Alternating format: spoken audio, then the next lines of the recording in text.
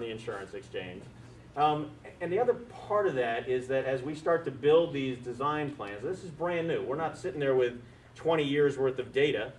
So we needed to find a very good actuarial firm to help us with historical groups of data to say, okay, and when you go to an actuary and you say, okay, here's your data set, and by the way, 5 incredibly large variables that Jason described are all going to move. They get really nervous about giving you some exact number. So I think that we are going to see some fluctuation in what's going on from all the carriers' point of view.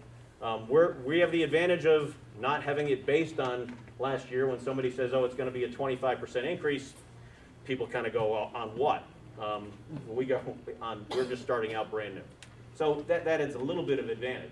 The other advantage starting out brand new is we don't have legacy systems of which we have to change.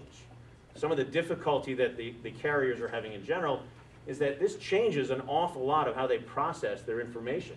So if you're sitting there with a very large nationally based system and you've got 50 of these exchanges going on, whether about 20 or so that are individual, but the vast majority of the states that are going to go through this are going to go through the federal exchange. And the federal exchange dictates their terms and says this is what you have to comply with. So national carriers have a lot of work that they're going to have to do to meet those requirements. Luckily, we